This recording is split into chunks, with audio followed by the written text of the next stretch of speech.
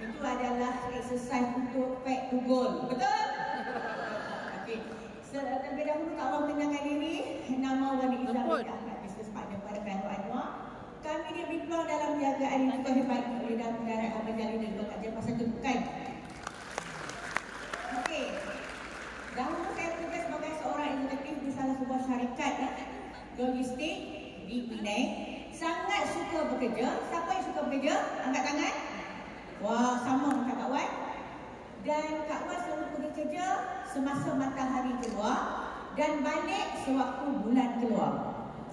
Maknanya pagi-pagi balik malam lah, logistik kan. So memang sangat-sangat rajin dan bos pun sayang. Tetapi pada satu hari Abang Noah bawa balik statistik. Masa tu statistik tau kan, kena sign borang SA 88. Kak Wan marah. Okey, bila marah sebab apa? Sebab bukan marah sebab dia masuk MA, tetapi marah sebab Kak Wan tengok dekat borang SA 88 tu signature Kak Wan ditiru sebiji macam Kak Wan. Jadi masa tu kan negatif banyak, bahaya kan kalau orang lelaki pandai tiru signature. Betul? Jadi begitulah. Jadi jangan warning suami, jangan suruh buat MW. Okey? Jangan suruh buat MW. Tetapi upline kita ni bila ada sponsor, apa peranan upline? Dia akan call. Bila call macam-macam alasan kita bagi sebab tak nak dia datang. Tapi upline ni bijak. Satu hari dia datang depan rumah. Dia berhenti dia di depan pintu rumah. So tak ada alasan lagi. Okey? Jadi bila kita pelawak masuk dan dia ajak pergi seminar, yang tu dah malas ni kita tahu. Kan dah masuk MA kena pergi seminar pula, kena pergi ke masa tu distributor training selama 8 minggu. Jadi Kak Wan pun memang gaduh besar lah, tak nak pergi. Okey? Sebab apa Kak Wan tak nak pergi? Okey?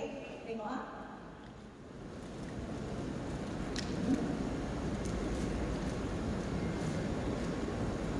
okey. Sebab Kak Wan adalah seorang yang introvert. Kak Wan tak suka bergaul dengan orang, tak suka bercakap dengan orang. Okey, dan lagi satu Kak Wan ni tak pandai. Kak Wan tak ada keyakinan. Memang tak yakin. Apa-apa pun duduk di belakang suami. Kan? Walaupun bekerja, orang introvert ni dia boleh bekerja, tapi dia tak boleh bergaul dengan orang ramai. Kan? Jadi itulah yang Kak Wan dulu lah. Tengok Kak Wan dulu cantik tak? Cantik. Lepas tak pakai lipstick pun. Kalau pakai lipstick lah. Sebab tak yakin. Kan? Tak yakin sebab tu impian pun tak besar masa tu. Okey? Dan seterusnya, bila Kak Wan decide nak MA sebelum tu, bila dah pergi ke seminar, satu seminar tu dia Blankan cakap, you can do it. Jadi dari situ environment Kak Wan memang best sangat lah. Kak Wan seronok dengan environment MA ni. Dan Kak Wan kata dekat Abang Noah, Kak kata, jom kita buat MA. Bermula pada negatif, jom kita buat MA. Dari situlah mula-mula Kak Wan kita sayang MA. Betul tak? Lepas sayang kita apa? Lepas sayang apa? Lepas sayang kita jatuh cinta. Bila jatuh cinta, kita serahkan segala-galanya kepada MW. Betul tak? Hidup tu serahkan kepada-Mu MW. Macam itulah. Jadi Kak Wan mula pakai barang. Kan? Kak Wan faham tentang marketing plan. Kak Wan faham tentang syarikat. Jadi bermula dari situ Kak Wan declare kepada upline. Dia sebenarnya declare pada diri sendiri dulu nak buat MW sungguh-sungguh ni. Lepas tu jumpa pula mentor. Bagi tahu upline atau mentor. Bagi tahu kata Kak Wan nak buat serius business MBA ni. Jadi mentor tahu. Kan mentor tahu. Bila mentor tahu apa yang kita nak dalam business ni, dia akan bantu kita. Kalau kata kita tak declare, maknanya upline tak tahu. Ataupun mentor tak tahu apa yang anda nak sebenarnya dalam business ni. Dan seterusnya upline kata masuk kelas. Kan masuk seminar, BOT, apa sahaja program memang Kak Wan masuk, tak miss sebab betul-betul nak buat. Kan betul-betul nak serius buat. Dan ubah mindset dan juga attitude. Nak ubah mindset dan attitude ni bukan mudah. Bukan mudah. Jadi mindset ni negatif. Kan negatif, tak boleh, susah, payah.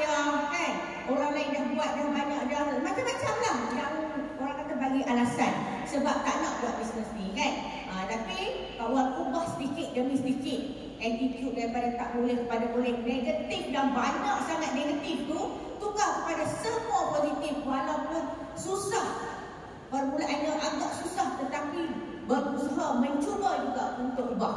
Okey? Dan bila dah masuk dalam bisnes, mulalah nak berhenti kerja. Suami kata tak boleh berhenti lagi sebab kita banyak komitmen. Jadi apa yang dia kata, kalau kata buat bisnes sehingga 3 kali ganda daripada income baru boleh berhenti. Maksudnya setiap bulan 3 kali ganda income. So kawan betul-betul buat sahut cabaran dalam masa setahun, kawan boleh berhenti kerja. Tepuk dah sikit. Okey, ada okey ke? Dan bila nak buat, yang penting sekali big why, kena ada big why. Kawan ada big why, 3 big why kawan pada permulaan. Yang sebenarnya big why kita banyak sangat kalau kita senaraikan.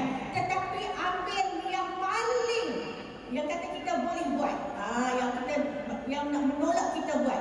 Yang pertama sekali anak. Sebab kawan dia seorang saja anak. Kawan tak nak selama-lamanya dia duduk kat nursery. Kawan nak hantar dia, nak jaga dia, nak besarkan dia depan mata. Kan? Macam mana leader-leader cakap juga. Dah suami ibu bapa kawan dah pencet. Dan masa dia dengan kawan pun dah tak lama.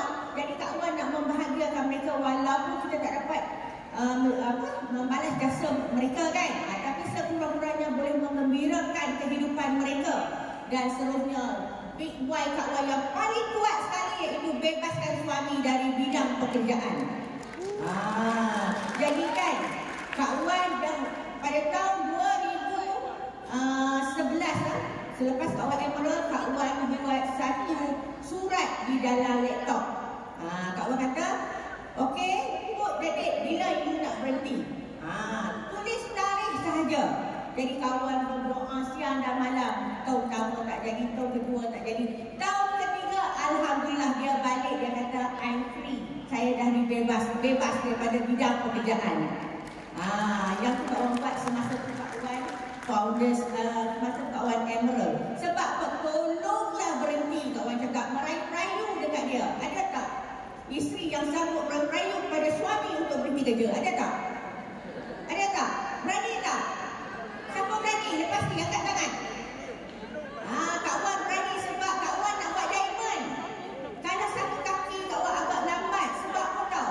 Setiap kali outstation, dia akan nak balik cepat-cepat sebab esok bekerja, Isnin. Kan?